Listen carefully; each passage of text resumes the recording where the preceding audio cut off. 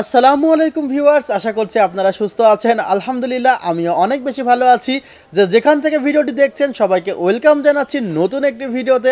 আমি মোহাম্মদ মেহেদি হাসান। আজকের যে প্যাকেজটি নিয়ে কথা বলতে চাই, প্যাকেজটি প্রাইস অ্যারাউন্ড 20K।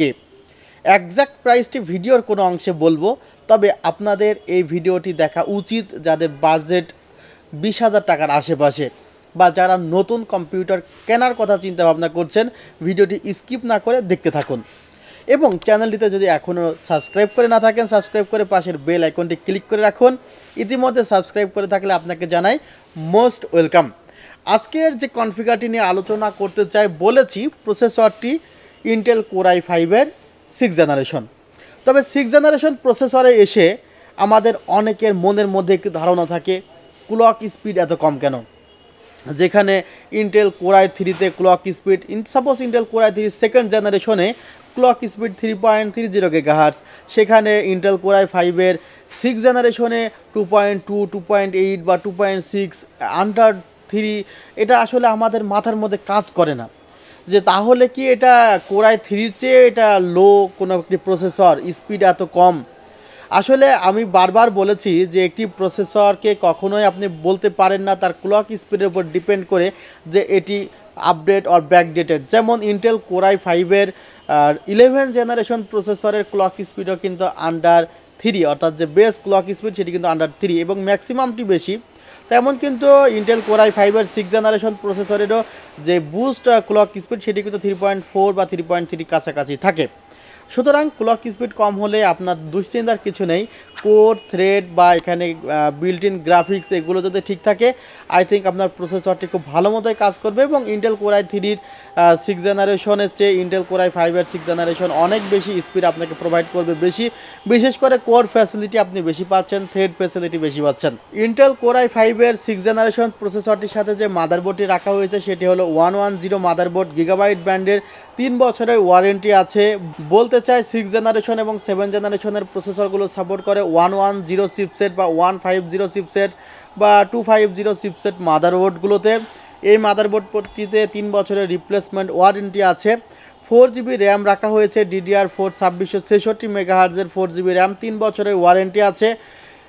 স্টোরেজের জায়গায় আমি স্টোরেজ রেখেছি টিম ব্র্যান্ডের GX1 মডেলের 120GB SSD, এখানেও 3 বছরের রিপ্লেসমেন্ট ওয়ারেন্টি পাচ্ছেন। এবং এসএসডি কিন্তু জেনুইন এসএসডির জায়গায় আসলেই বারবার মনে করিয়ে দিতে হয় যে আপনারা অবশ্যই জেনুইন এসএসডি ক্রয় করবেন, কারণ কপি এসএসডিতে বর্তমানে বাংলাদেশের মার্কেটগুলো সয়লাভ। সেখানে আপনি জেনুইন এসএসডি ক্রয় করলে হয়তোবা আপনি একটি ভালো পারফরমেন্স পাবেন দীর্ঘদিন যাবৎ। আর কপি এসএসডিতে আপনার হয়তোবা 2-1 মাস পারফরমেন্স দেওয়ার পরে কিন্তু হঠাৎ করে স্লো হয়ে যায়। 3 বছরের ওয়ারেন্টি আছে এই স্টোরেজে। চাইলে এখানে 240GB স্টোরেজ নিতে পারেন যদি বাজেট আপনার বেশি থাকে। ক্যাশিংয়ে আসি, আসলে ক্যাশিংটি আমাদের এক একজন মানুষের টেস্ট এক এক রকম। এক একজন মানুষ এক এক ধরনের ক্যাশিং দিয়ে তাদের পিসিগুলো বিল্ড করতে চায়। কেউ ব্ল্যাক পছন্দ করে, কেউ কালো কেউ সাদা পছন্দ করে, আবার কেউ এ ধরনের পার্পেল কালার পছন্দ করে। আর এই ক্যাশিংটির যে স্পেশালিটি সেটি হলো, যদি বলতে চাই, এখানে পাশে কিন্তু টেম্পার গ্লাস প্যানেল আছে, not acrylic glass panel. Temper glass panel থাকার কারণে ভিতরের দিকের যে হিটটি সেটি শোষণ করে, ভিতরের এনভায়রনমেন্টটি আসলে ঠিক সেইভাবে গরম হবে না। আর এখানে ভিতরের যে কেবল ম্যানেজমেন্টের স্পেসটা আমার কাছে অসাধারণ লেগেছে, প্লাস মাদারবোর্ডটির যেই পজিশনটা আমার কাছে ভালো লেগেছে। অনেক মাদারবোর্ডে অনেক ক্যাসিংয়ে ম্যাটেরিয়ালগুলো এত লো লেভেলে থাকে যেখানে আসলে পিসি বিল্ড আপ করতে অনেক কষ্ট হয়ে যায়। তবে এই ক্যাসিংটিতে এ ধরনের ট্রাভেলে আপনি পড়বেন না। আর সামনের দিকে দেখলে মনে হতে পারে যে জাস্ট এখানে কি শুধু স্ট্রিপ দেওয়া, তা কিন্তু না। এই স্ট্রিপটি চেঞ্জেবল, অর্থাৎ আপনি 7টি কালার চেঞ্জ করতে পারবেন। তবে এই ক্যাসিংয়ের পেছনের দিকে একটি 8GB ফ্যান আছে 120 মিলিমিটারের, এবং উপরের দিকে 8GB ফ্যান আছে 120 মিলিমিটারের 2টা, অর্থাৎ টোটাল 3টি প্রিবিল্ড ফ্যান আছে। সামনের দিকে দেখতে পাচ্ছেন 8GB চেঞ্জিং স্ট্রিপ আছে। পাওয়ার সাপ্লাই ক্যাবিনেটের নিচের দিকে আছে, পাশে টেম্পার গ্লাস আছে, USB 3 এবং USB 2 কানেক্টিভিটি আছে। আর ভেন্টিলেশনের জন্য সামনের দিকে ব্যবস্থা আছে। আসলে ক্যাসিংটির প্রাইসটি অনুসারে ক্যাসিংটির মধ্যে আসলে আই থিঙ্ক একটু বেশি দেওয়া হয়েছে।